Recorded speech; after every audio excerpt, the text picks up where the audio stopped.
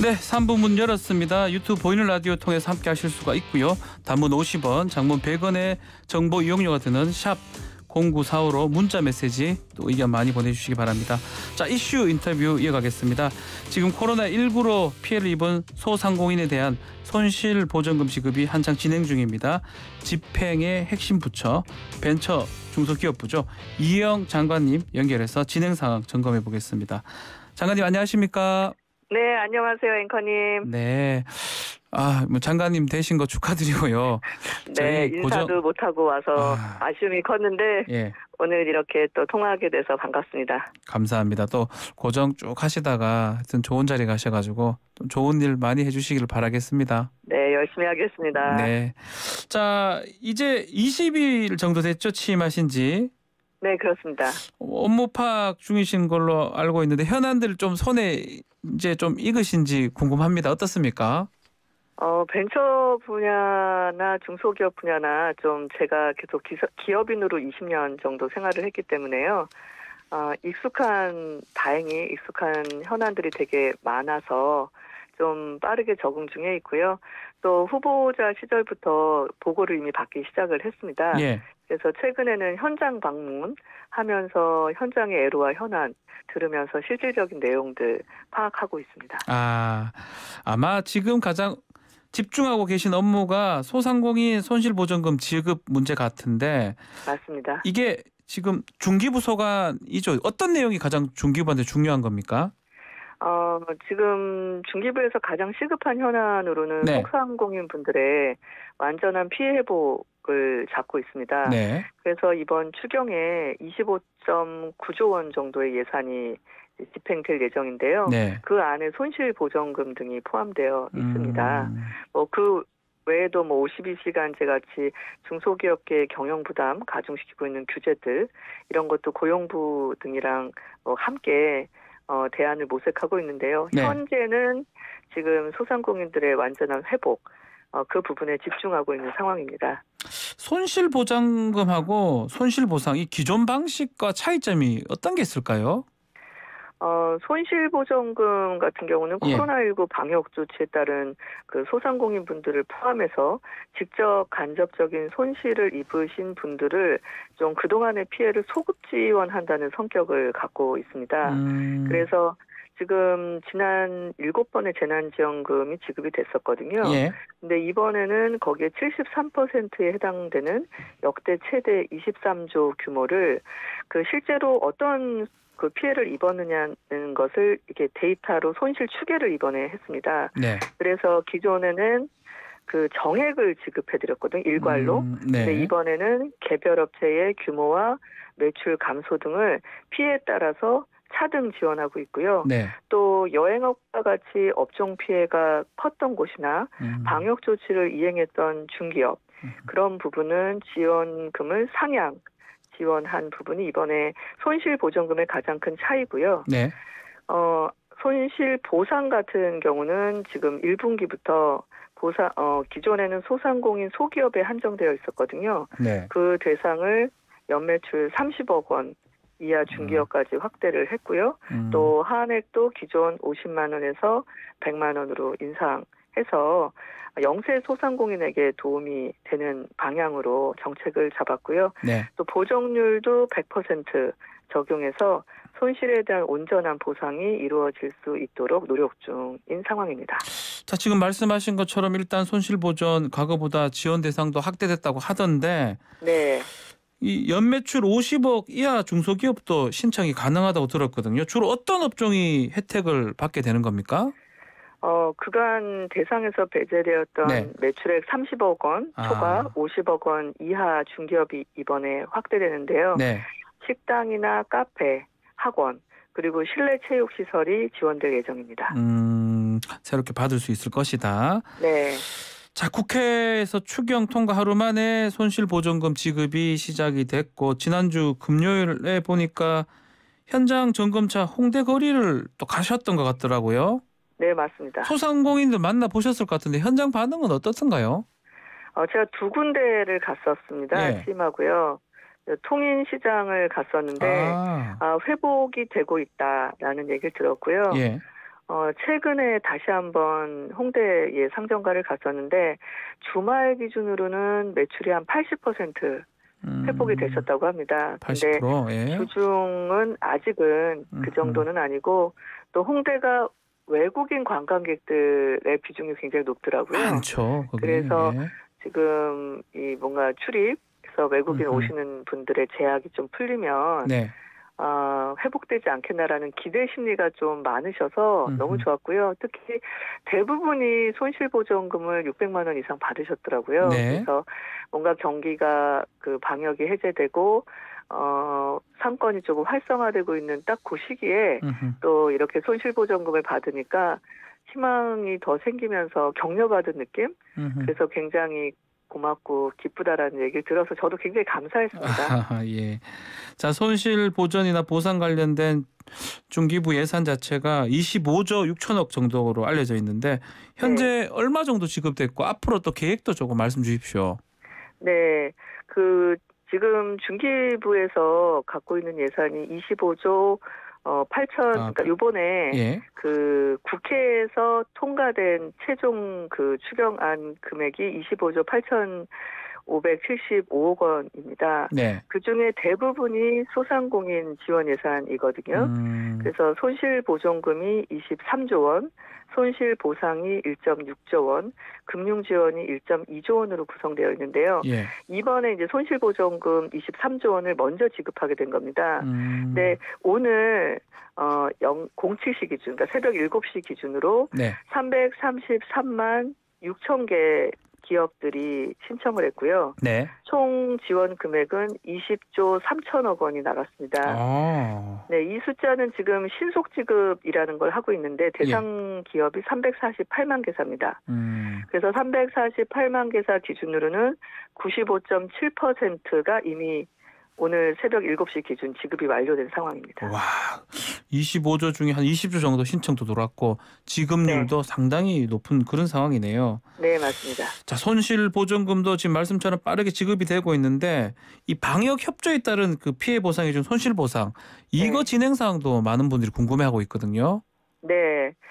지금 저희가 손실 보전금을 이제 지급하기 시작했고요. 손실 보상은 지난주 금요일입니다. 6월 3일 손실 보상 심의위원회가 열렸습니다. 네. 거기서 보상 대상을 확대하고 보정률을 상향하고 하한액을 인상하는 뭐 이런 내용들을 가지고 2022년 1분기 보상 기준이 의결됐습니다. 그러면 의결이 되면 해당 결과를 토대로 고시 절차를 준비하게 되거든요. 네. 그래서 중소벤처기업부에서는 6월 30일 목요일부터 보상금이 신청되고 지급될 수 있도록 지금 보상금 사전 산정, 검증, 시스템 보완 이런 준비 작업을 이미 시작을 했습니다. 네. 그래서 6월 30일부터 신청을 하시면 되고요. 네. 손실 보전금이랑 함께 손실 보상도 차질 없이 준비될 수 있도록 중기부에서 최선을 다하겠습니다. 6월 30일부터 신청을 하게 되면 받는 날짜는 어떤 정도 됩니까? 그러면? 당일 지급됩니다. 바로 신청하자마자 지급이 될 수 있다라는 거네요? 네, 이번에 손실 보전금도 많은 분들이 좀 놀라셨던 게 신청하고 2시간 이내에 지급이 됐거든요. 예.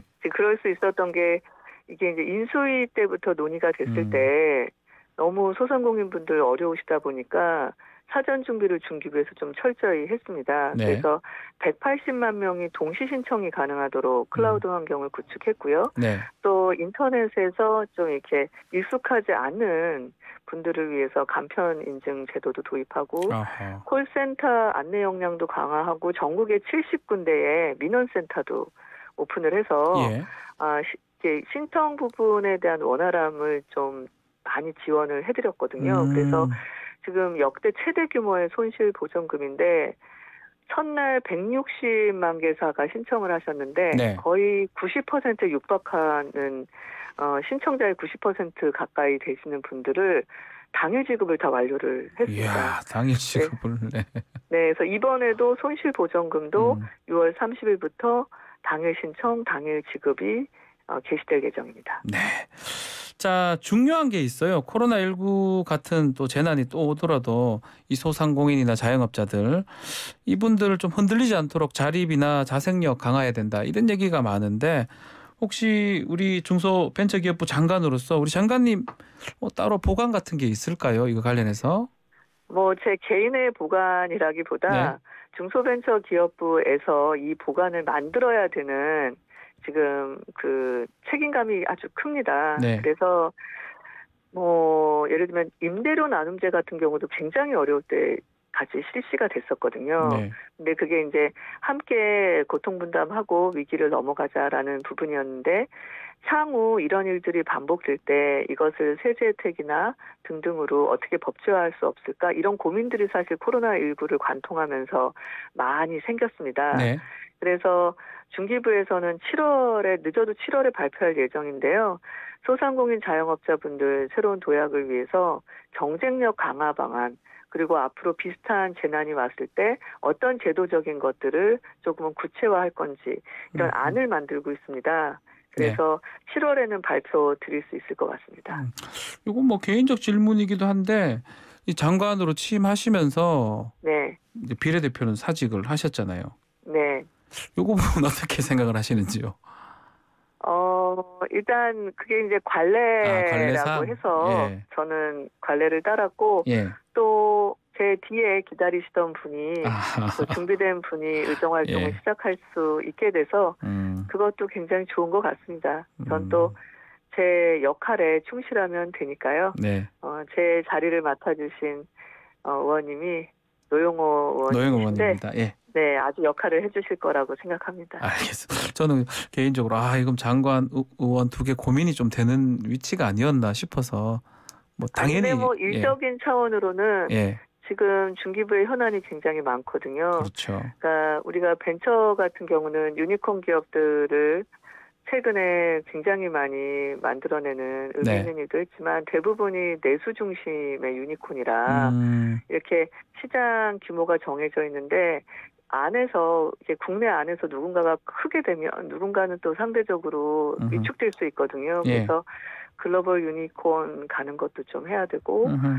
중소기업 분들도 지금 원자재 상승 등 어려움이 굉장히 많습니다. 예. 그래서 그것도 또 집중해야 되고 또 소상공인 분들 온전한 회복해서 새롭게 달리실 수 있도록 해야 되기 때문에 굉장히 현안이 많아서 고민 전혀 안 되고요. 예. 정말 직원들이랑 똘똘 예. 힘을 합쳐서 예. 좀 지혜롭게 좋은 정책들로 국민들께 다가갈 수 있도록 노력하겠습니다. 알겠습니다. 마지막으로 지금 중기부 장관으로서 특별히 또 관심 갖고 계신 분야나 또 이슈가 있는지도 궁금하고요. 또 장관으로 있는 한 이 문제는 꼭 개선하겠다라는 부분 있을까요? 제가 이제 벤처를 창업해서 20년 동안 경영을 하면서 이게 동반 성장한다라는 거, 공정한 거래 문화에 대해서 굉장히 회의적인 경험을 할 때가 되게 많았습니다. 예. 소프트웨어 기업을 했을 때도 제값받는 부분이 20년이 지난 지금도 되게 어려운 상황이고 이번에 중소기업들 같은 경우 우크라이나 사태, 뭐 코로나19 이런 등등으로 원자재 가격이 굉장히 많이 상승을 했는데 그것을 발주한 곳에서는 원자재 비용이 상승한 부분을 공급사에서 거의 떠맡아라 하는 부분이 아직도 관행처럼 진행되고 있거든요. 예. 그래서 중소기업들이 납품을 하면 할수록 되게 어려워지는 상황입니다. 그래서 임기 내에 정말 귀에 이렇게 못이 박힐 정도로 듣다가 고름이 돼버린 듯한 그런 현안들이 있습니다. 그래서 좀 공정한 거래 문화에 대해서는 조금 아주 끝까지 물고 늘어져서 조금은 진일보 시켜야 되지 않겠냐라는 책임감을 막중하게 느끼고 있고요. 예. 그리고 이 디지털 대전환이 일어나고 있습니다. 지금 4차 산업혁명이 본격화되고 있기 때문에 예전에는 디지털 그러면 벤처에 뭐 그것도 IT 벤처의 전유물 이랬는데 전혀 그렇지 않거든요. 예. 중소기업이나 벤처나 소상공인 분들이나 전부 4차 산업혁명의 디지털화에 아주 그 각자가 처해져 있는 상황에서 잘 올라타지 않으면 시대적으로 낙오될 수 있는 상황이고요. 그게 음. 장기적으로는 국가 경쟁력에도 문제가 있습니다. 네. 다행히 제가 IT인이고 전공도 그쪽으로 했기 때문에 조금 각 분야에서 바람직한 디지털 대전환 이 부분에 대한 것을 기획을 해서 좀 정책적으로 녹여낼 생각하고 있고요. 예. 마지막으로 52시간이나 중대재해처벌법이나 등등 굉장히 많은 법안들이 지난 정부에서 진행이 됐는데요. 그렇죠. 전 방향성과 내용에 있어서는 선의를 담고 있고 선진국으로 진입하는 대한민국에 꼭 필요한 법안들이었다라고 생각을 합니다. 예. 다만 너무나 동일한 기준으로 일괄되게 이 적용됨으로 인하여 현장의 목소리를 담지 못했던 부분이 되게 많아요. 예. 52시간제 같은 경우는 일할 수 있는 정말 노동자들에게 제대로 근무 환경에서 근무 조건에서 일할 수 있는 권리도 보장해줘야 되지만 사각지대가 발생했던 게 자율적으로 일할 수 있는 권리도 보장했어야 되거든요. 네. 근데 이제 그런 부분들을 조금 보완해 가면서 좀 활력 있는 경제 환경, 경제 시스템을 만들어야 되는 것도 제가 임기 중에 꼭 해야 될 일이라고 생각합니다. 알겠습니다. 자, 오늘 말씀 여기까지 듣겠습니다. 감사합니다. 네, 감사합니다. 자, 이영 중소벤처기업부 장관과 말씀 나눴습니다.